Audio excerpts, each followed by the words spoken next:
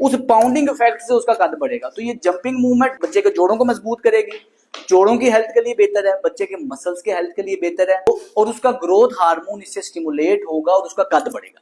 इसके बाद आपने बच्चे के ग्रोथ हार्मोन को 771 यानी कि 771% तक स्टिमुलेट होता है अगर वो स्प्रिंटिंग वाली एक्सरसाइज करता है, मतलब हर वो वर्जिश जिसमें स्प्रिंट करनी है।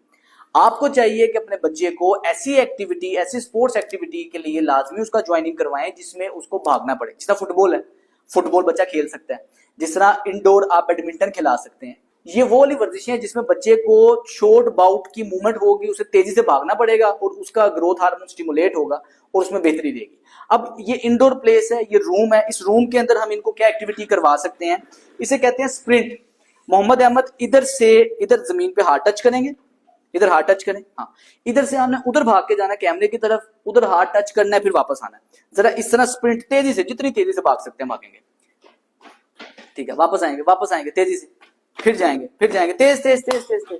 अच्छा, इसे हो ये रहा है कि इनको सांस चढ़ेगा, इनका ग्रोथ हार्मोन स्टिमुलेट होगा और ये बड़ी बेहतरीन एक्टिविटी है बस। अच्छा, अब ये वो वाली वर्जिशें हैं जो पेरेंट्स बच्चे को घर में करवा के बच्चे के ग्रोथ हार्मोन को स्टिमुलेट करके बच्चे की हाइट को बेहतरी की तरफ लेके आ सकते हैं। इसके अंदर अगर तो आपके घर में एक से ज्यादा बच्चे हैं, बच्चे कंपटीशन में बहुत ही अच्छा परफॉर्म करते हैं, शौक में बच्चे इसको फन एक्टिविटी बना सकते हैं, तो आप 2-3 बच्चे लाइन में खड़ा करके देखते हैं जी कौन 4 दफा चक्कर लगा के वापस जल्दी आता, जो जल्दी आएगा उसमें नाम दे दे कोई। इससे ये है कि बच्चे को सेल्फ असेसमेंट होती रहती है और पीयर प्रेशर की वजह से बच्चा ज्यादा बेहतर परफॉर्म करता है। तो ये एक्टिविटी घर में रह के आप अपने बच्चे को करवा सकते हैं, लेकिन सबसे ज्यादा रिकमेंडेशन ये है कि घर में ये एक्टिविटी के साथ साथ बच्चे को कोई ना कोई स्पोर्ट्स लाजमी ज्वाइन करवाएं। बास्केट बॉलर्स के कद बहुत बड़े होते हैं, उन्हें जंपिंग करनी पड़ती है। वॉलीबॉल खेलने वाले के कद बड़े होते हैं, जो लोग बचपन से वॉलीबॉल खेलते हैं, बचपन से बास्केटबॉल खेलते हैं, उनके कद बड़े रहते हैं। उसकी वजह यह है कि बचपन से ही उन्हें जंपिंग की आदत रहती है, उनका कद बड़ा रहता है। तो आपने कोशिश रखनी है कि अगर आप चाहते हैं कि आपके बच्चे का जो मैक्सिमम जेनेटिकली हाइट बेहतर हो, तो आप उसको ये वाली एक्टिविटी लाजमी करवाएं।